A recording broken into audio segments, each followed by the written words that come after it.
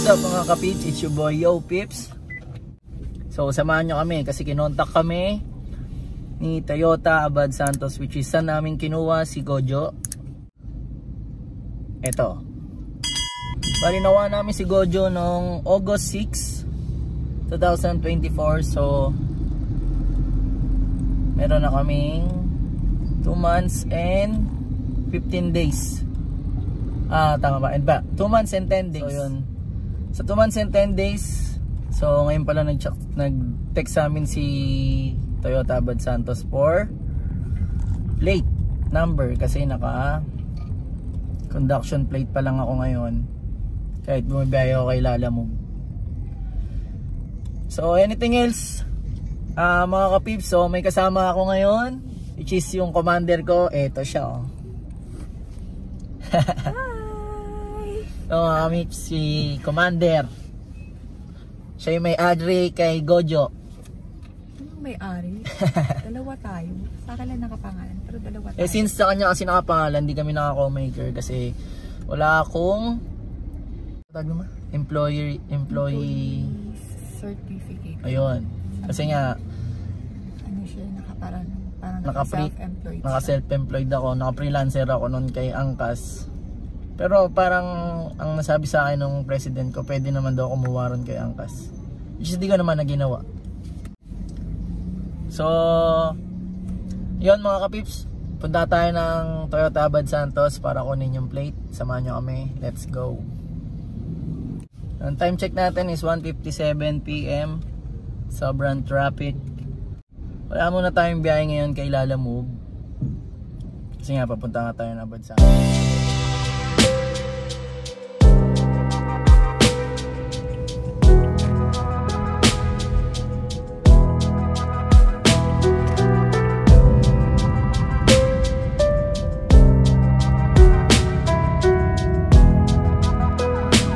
Sa dami ng backlog ni LTO, hindi agad marilisan, which is dapat 15 days makapag-release na ng plate. Pero since daming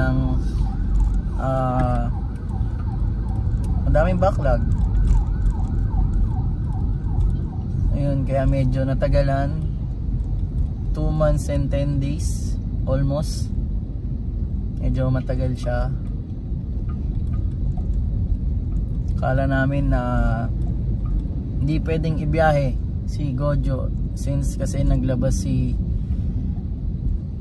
LTO ng bawal yung mga naka-conduction plate start ng September 1. Pero na-adjust naman, binawi din naman nila.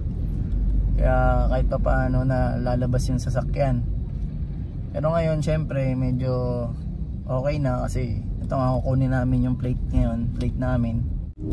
Tapos nagche-check na rin kami through online, walang lumalabas yung sa plate na naka-indicate dito sa sasakyan. Hindi siya lumalabas dun sa may apps ni LTO pag sinesearch mo. Hindi nakikita. Bakit kaya? Pa-comment ako mga kapips kung gaano nyo rin katagal nakuha yung mga plaka nyo sa kotse.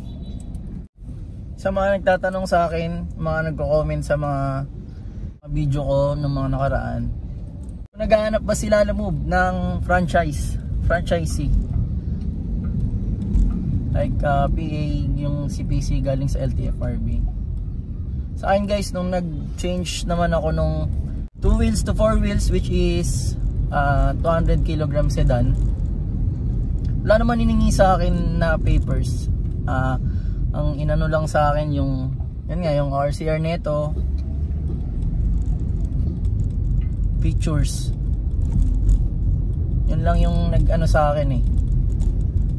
Hiningi sa akin nung nag-change vehicle ako kay Lalamove. Pero sa TNBS talaga, like kay Grab, kay InDrive, Pickup, Joyride, yun kailangan talaga siya, which is hindi pa rin naglalabas si LTFRB ng case number para magkaroon ka ng PA. Kaya hindi pa rin ako makapag-apply sa passengers apps. Pero all goods lang. Kasi natsyatsaga naman kahit pa paano kay Lalamove. Hapyaw-hapyaw. Pambayad. Malapit na kami sa Toyota Abad Santos. Getchingin na natin yung plaka natin. Let's go!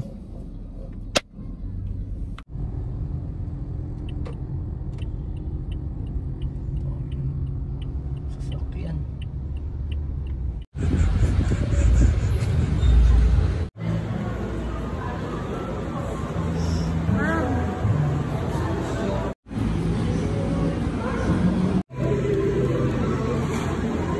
So ayun guys, nakuha na namin yung plate number namin from LTO, which is ito. Ay, ito lang pala. So meron na after 2 months and 10 days, nagkaroon na rin kami. Hopefully yung mga bagong kumuha rin, sana magkaroon na rin kayo. Kasi ang hirap din, isipin din. Para ano. So yun, bumili na rin kami ng coffee. Which is kasi nung kinuha namin si Gojo, nag-order din kami ng kape doon.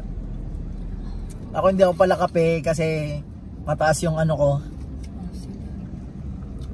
acid ko. Pero dahil dito kay Commander, nasanay ako na nasanay nagkakape. So let's go. Shoutout kay Miss Cristel Calma, siya yung nag-abot nung plate number. Shoutout sa'yo, thank you. Then shoutout ko na rin yung mga nagpapa-shoutout sa akin, yung mga nagme-message, yung mga nagko-comment. So shoutout kay Mark, kay Brad Mark Lensangan, followers natin from Pembo, Taguig City. Shoutout sa'yo boys, thank you sa pagsuporta. Kay Boss Kelly Constantino ng Barangay 597, chinat pa ako niya, no? Ingat lagi boss. Ikaw babata, Arep Padulyo, happy birthday sa mami mo. Kay Ate Rose, kay Brother Lord Brian Mesa ng Hito Longos Community Chapter, tol, thank you sa pag-comment. Kay paring Pepe Jose Abilio, shoutout sa'yo boys. Sa teammate ko sa Mazeda, batchmate ko kay John Javier, John J, shoutout. Kay Jeff Stabilio, ingat ka dyan kuya. Ako nagatid sa kanya dun sa airport nung 2 weeks ago.